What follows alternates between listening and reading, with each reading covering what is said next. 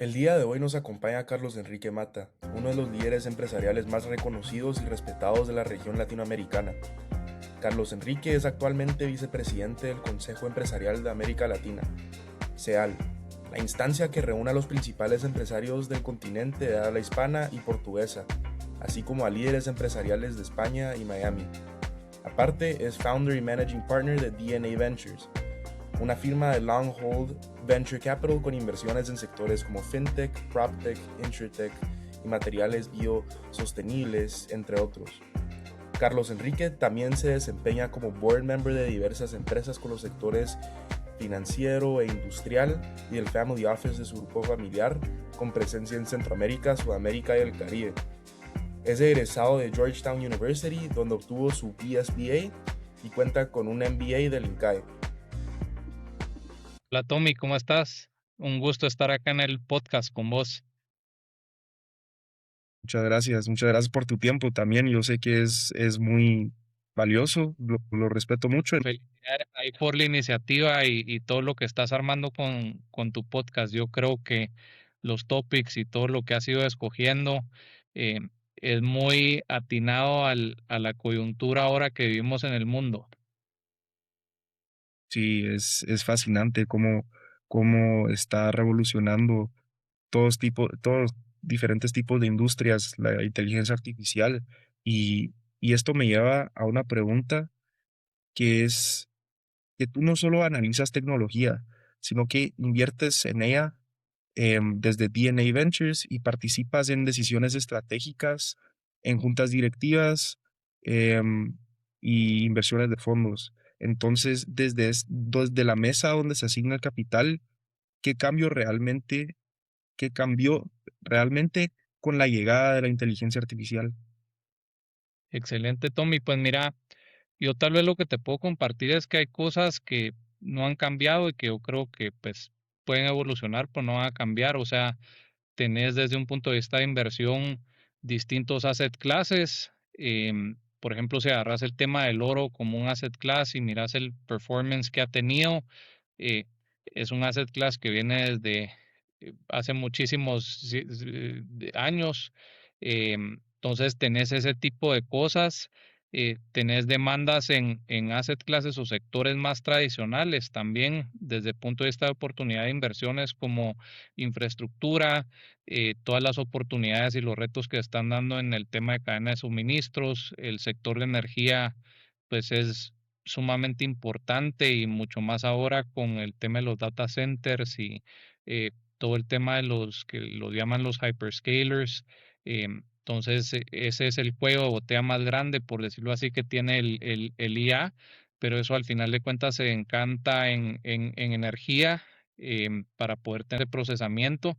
Entonces, vos ahí miras un sector que está acelerando y evolucionando y tenés pues este tipo de sectores que van evolucionando. Desde el punto de vista del IA, yo creo que es un nuevo espacio que se viene abriendo desde el punto de vista de la inversión, muy similar a lo que ocurrió en la época del Internet, cuando se inventó y explotó y se empezó a construir sobre eso. eh, que hubieron muchos cambios y hubieron muchas oportunidades. Creo que pues se viene más que todo lo mismo, ya estamos viendo algunos de esos temas y la generación de valor va a ser enorme. Estamos todavía en una etapa de early adoption y yo creo que el challenge más grande con todo lo que tiene que ver con el IA, ya a nivel de ejecución, tiene que ver con integraciones, implementaciones y principalmente cómo se aplican los casos de uso. eh, y eso también tiene mucho que ver, por ejemplo, en el tema del B2B, en el reskilling que está dentro de las organizaciones y cómo operativizas hacia adentro, porque inclusive algunos, pues hay muchas infraestructuras legacy. Entonces, todo esto va a tener una gran evolución y ahí es donde hay una gran oportunidad hacia lo que se viene con él. ¿Y qué tipo de startups hoy reciben atención inmediata que tal vez hace 5 años no recibían esa atención? Pues mira, yo creo que de lo que se habla y los casos que yo he visto en Estados Unidos, por poner un ejemplo, hay empresas que con 5 personas o founders, viendo coyunturas justamente del lado de IA, han logrado tener crecimientos exponenciales muy rápidos, y han logrado tener un nivel de funding bastante agresivo. Ese yo creo que es un buen ejemplo, de el tipo de startups, por ejemplo, que están acelerando. Em, Creo que también todo lo que el IA habilita, entonces si te pones a pensar en la creación de nuevos materiales, en el tema de la ciencia, que al final de cuentas pues es cómo acelera nuevas tecnologías, también es un sector que está recibiendo bastante atención. Entonces, ¿la inteligencia artificial crees que hoy es una ventaja competitiva o ya es un requisito mínimo? Y esto también mi pregunta también es para el futuro. Si crees que va a seguir siendo una ventaja competitiva o ya va a ser una parte necesaria. Pues mira, yo creo que depende mucho del sector y depende mucho del país, en donde puede ser una, la otra o ambas. Em, Hay sectores que está ocurriendo de manera muy acelerada. Entonces, si vos miras, por ejemplo, cómo ha cambiado el tema de programación y los programadores, hoy por hoy, a raíz de todo el AI y los LLMs, está teniendo una disrupción masiva. Incluso eh, ves que la demanda de programadores ha ido en declive desde un punto de vista de código, por poner un ejemplo, y ya con los LLMs siendo mucho más eficientes. Entonces ahí hay un buen ejemplo de un sector, pero si te vas, por ejemplo, en una economía emergente a agricultura, al tema de la pesca, ese tipo de cosas, pues puedes tal vez usar esas herramientas para ciertos temas en particular, pero todavía no es algo que sea indispensable. Entonces, yo creo que la pregunta no es tanto como que si uso IA o no, sino que es en qué parte del negocio o de la empresa en verdad es una ventaja real, y para eso hay que verlo como una herramienta, y lo que uno tiene que tener es cuál es el caso de uso y cómo lo puedes aprovechar. Y ahora, tú dices en tu LinkedIn que la inteligencia artificial democratiza el acceso, no los resultados. Explícanos, por favor, cómo eso, si se lo estuvieras diciendo a un joven de 18 años de Guatemala. Sí, mira, es un tema interesante, pues, pero yo lo que creo, cuando te referís a democratizar el acceso, si te pones a pensar hoy por hoy por la telefonía, por la conectividad, y te pones a pensar en Starlink, todo lo que está pasando, o la misma que ya había del lado de las telcos, y ahora le pones encima a eso un cloud de Anthropic, un ChatGPT, le pones, o sea, cualquiera de estos temas realmente está al alcance de cualquier persona, y lo que tenga a sus manos pues no es solo la información, sino que esa información o ese acceso a conocimiento es adaptable a circunstancias particulares. Entonces, realmente tenés en la mano un consultor de clase mundial, un asesor financiero de clase mundial, un científico de clase mundial. La herramienta está ahí, por decirlo así, el conocimiento, pero realmente lo que hagas para adelante y el uso que le des realmente depende de esa persona. Entonces ahí es donde yo digo que el acceso se democratizó y se va a ir democratizando. Eso te permite tener un acceso a muchísimas oportunidades y muchísimas eficiencias, pero los resultados dependen realmente de que también puedas usar la herramienta, de tu caso de uso y de cómo va realizando la ejecución. No por el hecho de que yo te dé una herramienta muy poderosa, etcétera, quiere decir que le vas a sacar el máximo valor o la vas a poder aprovechar. Entonces, hay un tema, por ejemplo, todo lo que es prompt engineering, creo que es algo bien interesante, es algo bien interesante para los jóvenes, etcétera, porque va muy enfocado hacia cómo uso la herramienta, cuál es el contexto adecuado que le estoy metiendo, desde el input, del el output, que yo cómo lo voy a accesar.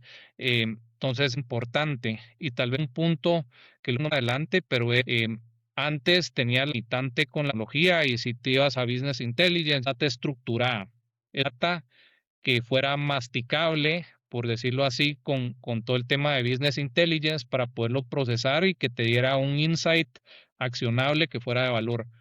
Hoy por hoy ya no tenés esa barrera. O sea, le puedes dar contexto, le puedes dar diferentes tipos de data, le puedes dar en múltiples formatos. Y yo creo que eso representa una gran oportunidad y en especialmente pues para regiones emergentes en donde justo pues ese reto es que no existe mucha información o información estructurada. Y los resultados, utilizando la inteligencia artificial, dependen de la ejecución. Y me gustaría saber en qué tipo de ejecución, por qué los resultados siguen dependiendo de la ejecución. Y esto ya lo respondiste un poco en tu pregunta pasada, pero un poco más a detalle, por qué los resultados siguen dependiendo de ejecución y de la forma en que se utiliza la inteligencia artificial. Sí, tal vez mira, Tommy, te pongo como que la siguiente analogía. Em, Imagínate que vos digas, bueno, voy a correr un Ironman y lo voy a correr en 6 meses. em, y tenés pues 300 libras o sobrepeso o tenés muchas cosas, tal vez no estás acostumbrado a hacer deporte, etcétera, puedes tener el mejor entrenador con la mejor bicicleta, con lo mejor de lo mejor, que no necesariamente eso quiere decir que vas a poder correr ese Ironman en 6 meses. O sea, porque realmente eh, depende de una disciplina y de una preparación y de un proceso por el que uno tenés que pasar personalmente para estar preparado para hacerlo de esa manera. Entonces puedes tener la mejor bicicleta, la mejor herramienta y de todo que si no tenés o has venido en esa preparación o la consistencia física, no necesariamente vas a ser exitoso. Si miras desde un punto de vista de la cabeza o del mindset, también tenés que tener cierto tipo de preparación mental para lograr hacer eso.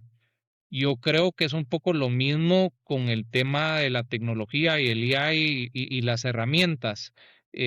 Inclusive, pues bien interesante, pero si vos miras la evolución o todas las discusiones a veces de la tecnología que se da dentro de las empresas, venimos de un camino en donde era, bueno, contratemos a un gerente de innovación y él va a ser va a tener todo el conocimiento y nos va a venir a decir acá qué hacer, etcétera, y él nos va a innovar y va a hacer que seamos disruptivos y vamos a poder usar todas estas herramientas.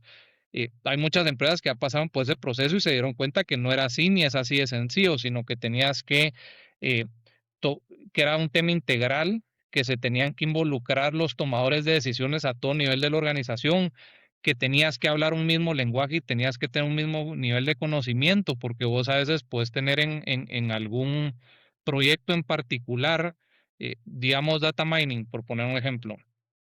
Puedes tener a alguien muy bueno en data mining, eh, que si al final de cuentas la organización, llámese la junta directiva o el líder de la empresa o el abogado, la parte legal, o sea, todos esos puntos de interacción no tienen un nivel de conocimiento básico de lo que es el lenguaje o del caso de uso de lo que se está tratando de hacer, eh, probablemente no vayas a ser exitoso o no te vas a poder mover a la velocidad que te tenés que mover. Entonces, todo esto es como parte de la misma analogía, en donde los resultados dependen, tal vez me voy a extender, no solo de la ejecución, sino dependen de tu nivel de conocimiento para poder jugar el juego. Tenés que entender el lenguaje, tenés que entender cómo funciona, tenés que tener las reglas del juego, eh, y en ese sentido no hay atajos. Y lo mejor es cuando todo esto se entiende en diferentes niveles de la organización. Tal vez voy a terminar con un ejemplo, pero yo he visto a veces casos en donde tal vez la persona de innovación o de cierto departamento puntual conoce la herramienta, conoce la tecnología, etcétera, y lo están haciendo así como en el laboratorio, que lo están inventando y vamos a salir con este nuevo proyecto y va a ser súper exitoso y tienen toda la tesis y el conocimiento y puede que llegue a otros lados que son los que en verdad ejecutan, llámese ventas, eh, y el de ventas pues no necesariamente te compra la idea o no cree la tecnología o puede ser que tenga un input sobre la realidad de la calle o que se pueda hacer de una manera distinta y entonces ahí uno empieza a ver pues las fricciones que se van dando y puedes tener un proyecto bien pensado que no está en la realidad del mercado o puedes tener un proyecto bien pensado que simplemente no hubo una aceptación porque tampoco tocaste las otras áreas que tenían que ser parte del proceso, que tenían que entender la tecnología, etcétera. Entonces yo cada vez lo veo como algo más integral y colectivo y que es un tema en donde todos juntos tienen que pasar la meta en cierto conocimiento básico y ir entendiendo hacia dónde se va. Y dentro de eso vos vas a tener la cultura, pues una matriz, pues, o sea, hay gente que está dispuesta a desaprender para volver a reaprender. Hay gente que le va a costar mucho eh, evolucionar hacia ese tema y lo que tiene que hacer es el reskilling, etcétera. Pues hay gente que pues también el reto y la transición va a ser muy complicada. Entonces, yo creo que hay un poco de todo en el tema del espectro y por eso para mí la importancia principal para poder aprovechar el AI, la tecnología, todo lo que se viene al futuro, es la educación eh, y poder invertir muchísimo tiempo en entender el uso de las herramientas, los casos de uso, qué hay detrás. Eso no quiere decir meterte tal vez a fondo a un tema muy técnico, pero sí uno tiene que entender el lenguaje básico y ciertas funcionalidades básicas. Has hablado del punto de inflexión demográfico de Latinoamérica. Si ya no podemos crecer solo por población, la inteligencia artificial es nuestra única palanca real de productividad. Sí, mira, tome ahí. Yo no creo que es la única, tal vez cuál es un poco ahí el statement para que para terminar de dar todo el insight de ese tema. Y te voy a poner un ejemplo en Latinoamérica. Un estudio que hizo McKinsey y es bastante muy acertado, en donde te decían pues que lógicamente los países crecen y eso tiene cierto nivel del PIB o del imperio, y eso pues puede desacelerar o acelerar. Ellos mencionaban que para que Latinoamérica pudiera seguir creciendo esos ritmos o inclusive a ritmos más acelerados, se necesitaba tecnología y ahorita vamos a desgranar pues ese componente, pero era normalmente se había estado creciendo por un tema poblacional. Llámese, teníamos una pirámide demográfica de gente, entonces a medida de que entraba más gente al sistema, eso te generaba crecimiento, por decirlo de esa manera. Hoy por hoy ya no es tan pirámide. Digamos de que eso era lo que se llamaba el bono demográfico. El bono demográfico está cambiando. Estamos mejor que en otras regiones, porque los que sí tienen una crisis del tema de la pirámide demográfica y de todo que se les viene más inmediata son países como Corea del Sur, China tiene un gran problema del lado de eso y así sucesivamente. Digamos que Latinoamérica todavía no está ahí, van en los vagones más atrás del tren. Sin embargo, eh, ya no necesariamente pues es una pirámide. Entonces, vos lo que necesitas para seguir manteniendo ese ritmo de crecimiento o acelerando, había un factor que era de gente, lo que hay que hacer es que necesitamos incluir a mucho más mujeres en la economía activa, que ahí era donde había una oportunidad y un gap. Y el lado de tecnología o productividad, por decirlo de esa manera, sí, o sea, es inversión en infraestructura, por poner un ejemplo, que genera productividad. Para eso se requiere, lógicamente, la parte de capital y sí es inversión en tecnología que también contribuya a esa productividad. Yo creo que en Latinoamérica la parte puntualmente de tecnología y ahora con el AI sí te puede permitir hacer leapfrogs em, versus países con economías ya desarrolladas, saltándonos, por decirlo así, parte de ese proceso. Y lo que sí es muy claro es la necesidad que existe y que tienen todos los países desde un punto de vista de infraestructura. Míralo de esta manera y te pongo un ejemplo, que ese es un buen ejemplo para el tema de infraestructura y me estoy saliendo del tema del AI. Pero hace caso que vos sos un repartidor de comida, por poner un ejemplo, o sos una persona que vende sus productos directamente hacia el consumidor final. Y hace el caso que tenés un edificio de 200 pisos y no tiene elevador, sino lo que tiene son gradas. Y resulta que a esa persona le hiciste un pedido de comida, por poner un ejemplo, asumamos que es el dueño del restaurante, es el que hace la repartición y todo lo demás. Y para irte a dejar la comida tiene que subir 200 niveles de gradas. Entonces ya con vos te entrega la comida y después tiene que bajar 200 niveles de gradas. Entonces, ¿cuántas entregas le dio tiempo a hacer en el día? ¿Cómo él tiene que ajustar un poco el precio, que se puede volver más caro, eh, por el hecho de que no puede, si hubiera un elevador, probablemente pudiera hacer muchísimo más ventas en ese día o tiempo determinado.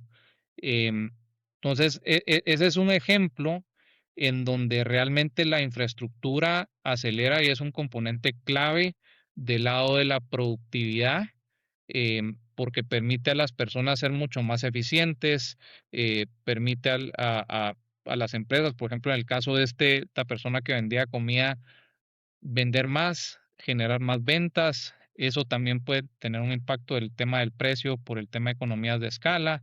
Eh, entonces, se eliminan muchísimas fricciones y ahí es donde también hay una gran oportunidad. Ese artificial acelera lo que ya se mueve, pero alguien tiene que construir los pagos, la logística, el comercio. Desde tu experiencia en inversión y conglomerados regionales, ¿cuáles son los rieles más urgentes que Latinoamérica todavía necesita construir?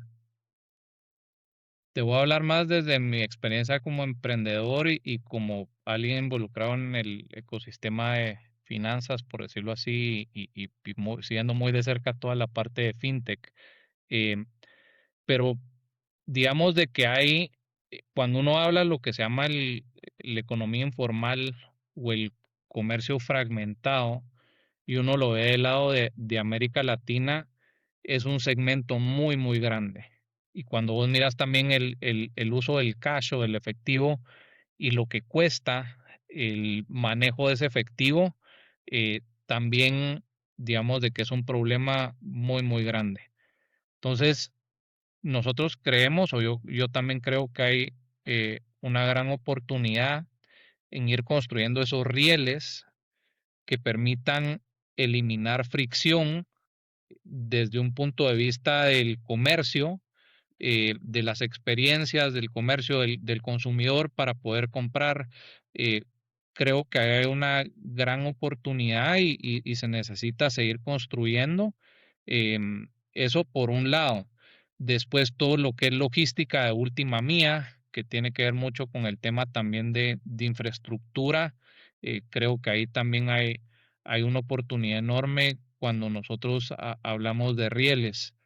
La analogía que tal vez te pueda hacer es si te vas a los Estados Unidos em, en la época de Vanderbilt o antes de Vanderbilt, cuando no habían ferrocarriles y tenías que transportar de un lugar a otro eh, productos, gente, etcétera, eh, era un proceso pues de mucha fricción. La conectividad del lado de los ferrocarriles te permitió conectar ciudades o conectar grandes tramos. Eso habilitó el movimiento de gente, eso habilitó el transporte, el comercio eh, y trajo con ella muchísimos beneficios. Y especialmente en sectores que estaban mucho más aislados, porque entonces podías tradear, etcétera. Hoy por hoy, en todo el tema de infraestructura financiera de pagos y de aceptación de pagos, todavía hay mucha fricción y todavía hay rieles que son legacy, por decirlo así, y hay otros lugares que como en Estados Unidos en la época de cuando empezó Vanderbilt, pues no existe realmente nada. Entonces hay una gran oportunidad de poder conectar todo ese ecosistema. Muchos jóvenes creen que la inteligencia artificial va a reemplazar trabajos físicos primero. Tú has dicho lo contrario, que lo digital está más expuesto. ¿Quién realmente está en riesgo en Latinoamérica y qué tipo de trabajo está más protegido en el corto plazo? Mira, son varias preguntas ahí, Tommy, pero digamos de que yo lo que pienso es que de alguna manera u otra, quien no sepa desaprender para volver a aprender, em, va a tener un futuro con mucha fricción, por decirlo así de esa manera, porque hoy por hoy vivimos en un mundo de mucha incertidumbre y de mucho cambio y tenés que estar constantemente cómodo con vivir en esa incertidumbre y con la incertidumbre para poder irte adaptando, etcétera. Entonces el cambio se volvió el status quo, por decirlo de esa manera. El otro tema es, a mí me gusta mucho el concepto de resourcefulness. Entonces, yo creo que la gente que es resourceful, eh, no sé si lo queremos llamar pilas, chispudos, se saben mover, etcétera, tienen una ventaja pues de poder identificar las oportunidades y saber adaptarse y poder capitalizar sobre esas oportunidades. Peter Diamantis, que es alguien a quien yo admiro bastante y sigo, él decía que si hay un trabajo que es 100% seguro para el futuro es el trabajo del emprendedor. Entonces, cuando nosotros pensamos en eso, lo que es un ADN del lado del emprendedor, eh, yo creo que ese es un muy buen mindset para tener ante lo que se viene, cómo uno aborda los retos, las oportunidades, el tema del resourcefulness, el tema de la resiliencia, el tema de la adaptación. Em, entonces, yo más allá del trabajo que uno tiene, lo que creo es que tiene que ver cómo uno piensa. Vos puedes pensar con una mente de abundancia, o como decían que hay dos lados de la misma moneda, uno es el miedo y el otro es la oportunidad o la fe, por decirlo de esa manera. Y yo creo que si uno está con ese mindset, uno puede encontrar oportunidades. Tal vez para terminar, lógicamente sí hay sectores que están en un mayor riesgo, pero te pongo el siguiente ejemplo. Si nos fuéramos, por ejemplo, a la época antes de que inventaran los carros, que era lo que había, carrozas de caballos. Y entonces había todo un ecosistema, los que le daban de comer a los caballos, los que tenían todos un ecosistema de servicios hacia el ecosistema del transporte y los caballos operaban como carrozas, etcétera. Vinieron los carros y desaparecieron las carrozas de caballos, cambiaron las carreteras, las calles, cambió la infraestructura de los lugares, etcétera, porque pues ya estaba el tema del automóvil. Pero ahí surgieron otro montón de servicios, como el de mecánico, como el de los repuestos, etcétera. Entonces, cada ola de innovación, o sea, la venida del Internet no necesariamente hizo que desaparecieran sectores enteros de la economía, etcétera. O sea, en algunos casos sí, como por ejemplo lo de Blockbuster y cómo se fue digitalizando todo este tema, pero en otros casos han habido industrias, sectores, etcétera, pues que todavía siguen. Entonces, yo creo que es una muy buena pregunta, pero creo que es una pregunta que lo tenemos que ver es con qué mindset vamos a afrontar el futuro, cómo uno puede identificar las oportunidades, cómo uno puede desaprender para volver a aprender y cómo uno puede aprender constantemente a medida de que la misma tecnología va evolucionando de una manera muy rápida. Sí. También, si hoy tuvieras 17 años y estuvieras empezando desde cero en Guatemala, ¿qué harías diferente sabiendo lo que sabes sobre inteligencia artificial, capital y mercados globales? Buena pregunta. Em, yo creo que primero tomaría todos los cursos de habidos y por haber y digeriría toda la literatura posible en cuanto al IA. Eh, eso 100% seguro. O sea, aprendería el uso de las herramientas. Ahí es donde yo haría mi mayor inversión en realmente volverme un power user de las diferentes herramientas eh, y poderlo manejar con un gran dominio, no superficialmente, sino de una manera muy profunda. Eh, y pues creo que en nuestros países hay una oportunidad enorme para aprender. Yo creo que si sabes usar bien el AI y las herramientas, tenés una mentalidad emprendedora y uno conoce cuáles son los problemas o los puntos de dolor eh, que uno tiene a nivel local por ser local, esa es una combinación muy poderosa. Entonces, eh, creo que ese sería la mejor, lo que yo haría si volviera a tener 17 años. Y hoy por hoy la otra ventaja es que hay mucha información. Em, yo, la gente que uno sigue es muy importante y el contenido que consumís y que digerís todos los días, hay una abundancia de esa información. Entonces, el saber seleccionar bien y hacerlo con propósito y cómo eso evoluciona tu conocimiento es súper importante. Yo a veces hablo mucho de las famosas, de la cebolla.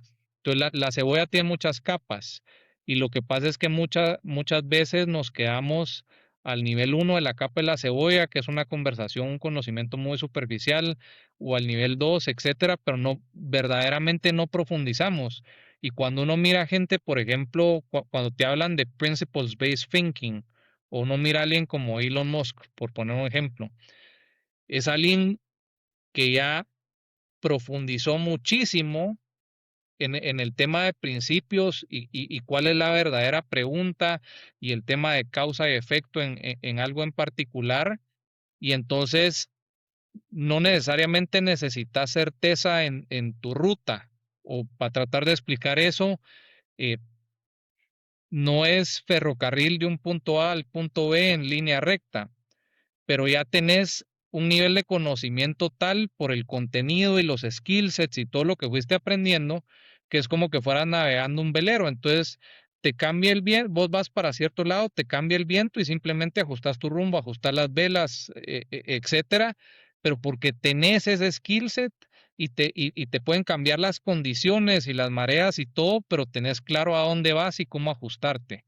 Entonces creo que el conocimiento en las herramientas y en la tecnología y que inviertas en tu tiempo y esfuerzo y todo lo demás en ese tema, y por el otro lado es cómo todos los días con esta sobreexposición de contenido y toda la información que hay, me alimento realmente en lo que me ayuda hacia donde yo quiero llegar y en cuál es la vertical y cuáles son los entes de referencia, etcétera.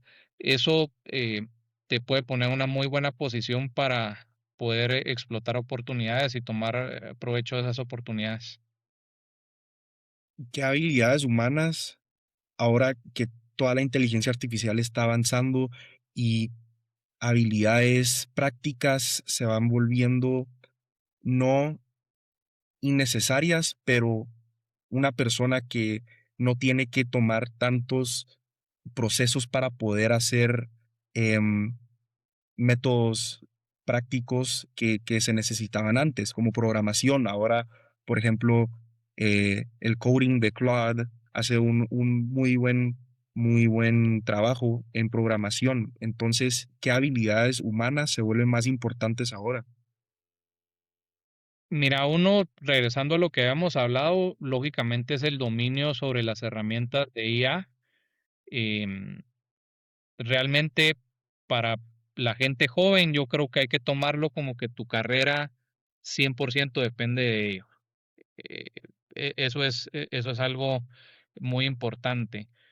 Eh, la verdad es saber lo que uno no sabe, creo que también eso es bastante importante, y qué tan rápido hay que soltar lo viejo para agarrar lo nuevo, eso también es importante.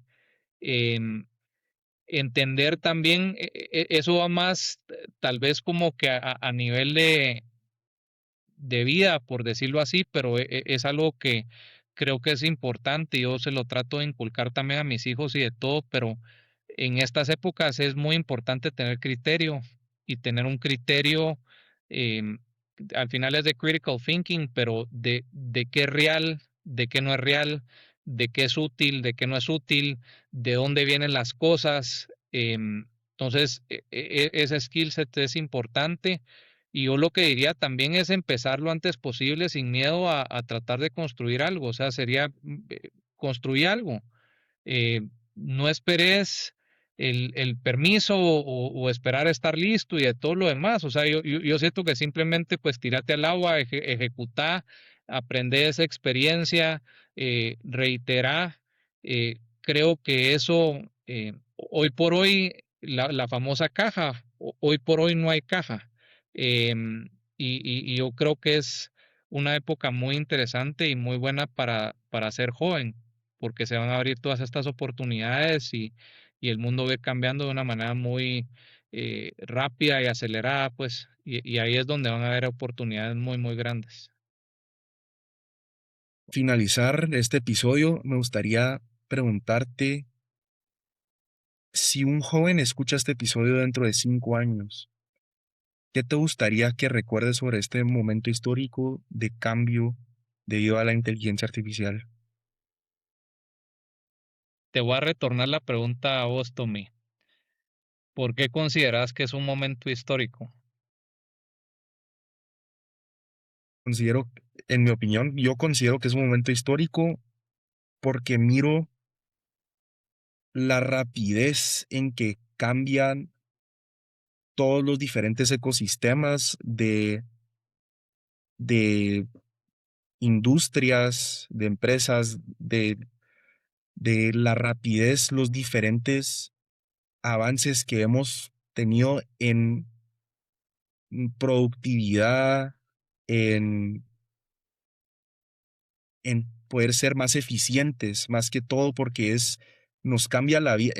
Yo como miro la inteligencia artificial es que nos cambia la vida completamente en la cantidad, el volumen de cosas que podemos hacer en el tiempo limitado que tenemos, que eso nunca va a cambiar en nuestra vida.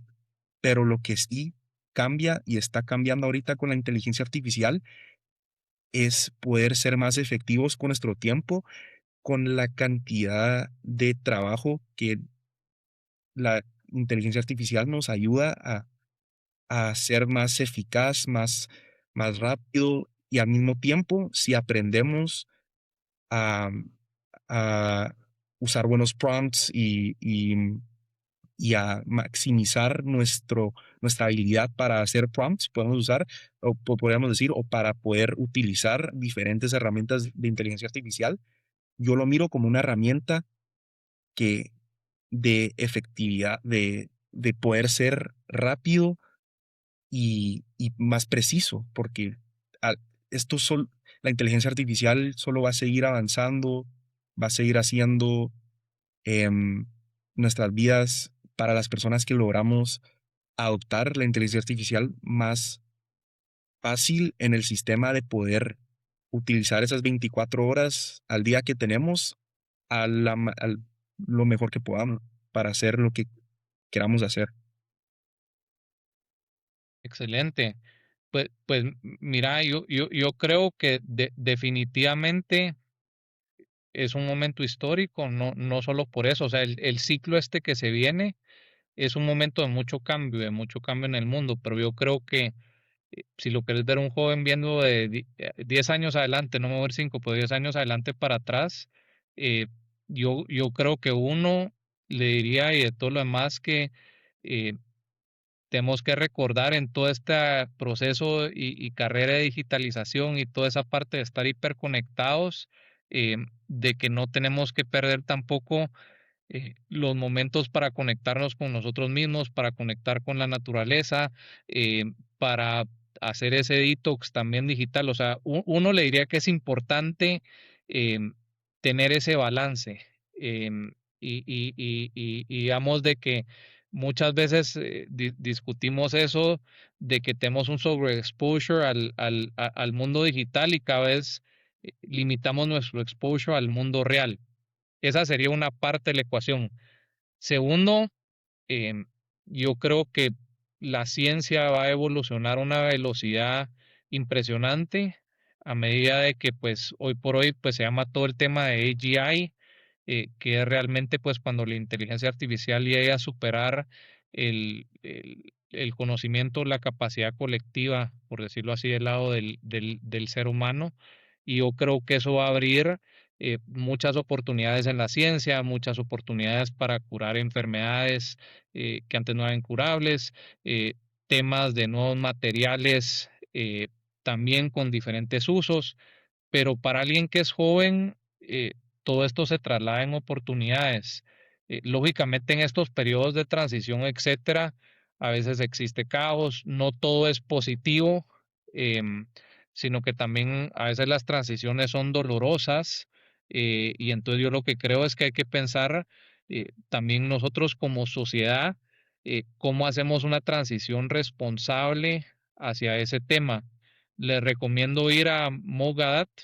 Él trabajaba antes en Google en la parte de AI, pero él por ejemplo, habla de cómo el AI puede contribuir a mejorar la raza humana, y la humanidad y llevarnos a esta utopía si se ejerce responsablemente. em, y de nuevo, pues si lo ejerces irresponsablemente, ¿cómo te puede llevar a tener una distopía? Entonces a mí me gusta pensar con un tema de oportunidad y de abundancia, y yo creo que pues exactamente esa es la oportunidad que tienen todos ustedes en las manos. No se rijan en base a un patrón o camino definido. Cada journey es distinto. Si uno lo ve con resourcefulness, y con esos ojos, yo he visto journeys desde todo el track de la universidad y de todo lo demás, hasta he visto gente que a los 2 años de la universidad se toman un gap year y después se meten a diferentes ecosistemas y van teniendo todas estas experiencias que los van formando, ya sea en tecnología emergente o en otro tipo de cosas. Entonces, no, realmente no hay caja, por decirlo de esa manera. Muchas gracias, Quique, por todo tu tiempo que nos has dado para poder hacer este episodio, tus experiencias, tu punto de vista sobre este momento de transición tecnológico y transición para la humanidad. Y estoy seguro que estaremos oyendo mucho más de ti en el futuro. Y muchas gracias por tu tiempo. Es un gusto, Tommy. Excelente ahí. Gracias por la oportunidad de estar en tu podcast y seguir adelante con él. Ahí ya sabes que siempre es un gusto poder platicar con vos. Gracias, hasta luego.